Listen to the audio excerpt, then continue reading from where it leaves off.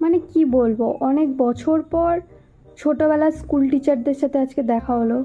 হয়তো গ্রুপ করে কোথাও ঘুরতে গেছিলো, তারপর হঠাৎ মাত্রই ছোটোবেলার সেই দেমাগি কাকুগুলোর কথা মনে পড়লো। আমাদের স্কুলে কিছু দেমাগি কাকু ছিল। এরা মেনলি আমাদের দারোয়ান কাকু নামেও পরিচিত, আবার আমাদের অফিস রুমের কাকু হিসেবেও পরিচিত। কিন্তু আমি ভাই বুঝি না এদের কিসের এত দেমাগ, মানে আমি বুঝি না। আমার হঠাৎ মনে পড়ে গেল একদিন আমার এরম হয়েছিল যে আমার খুব জ্বর ছিল, ঠিক আছে, আর আমি স্কুলে যেতে পারিনি।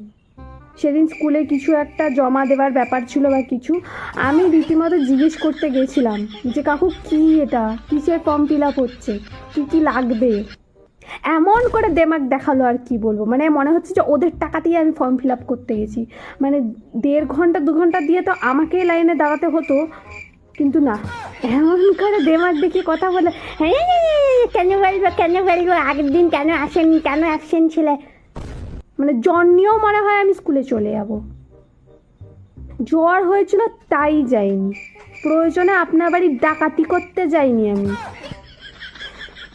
নিজের বাবার টাকায় ফর্ম ফিল আপ করবো, নিজেরাই পরীক্ষা দেবো, নিজেরাই ডকুমেন্টস নিজেদের দেবো। অথচ এদের দেমাগ দেখো না, শুধু বলবে একটাই কথা, নোটিশ দেখানি নোটিশ।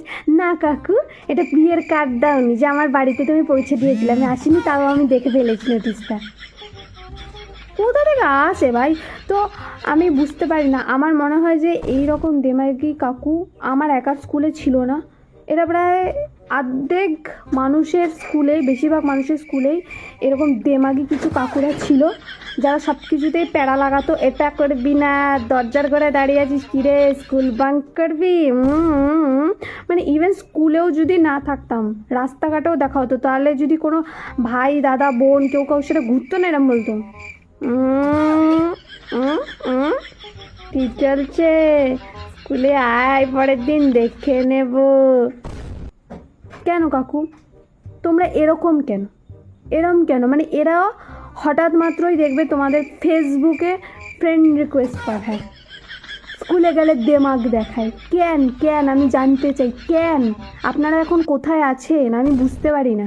স্কুলের টিচারদের তাও মাঝে মাঝে দেখা যায়, আপনারা কোথায়, উধাও হয়ে গেছেন স্কুলের দেমাগি কাকু?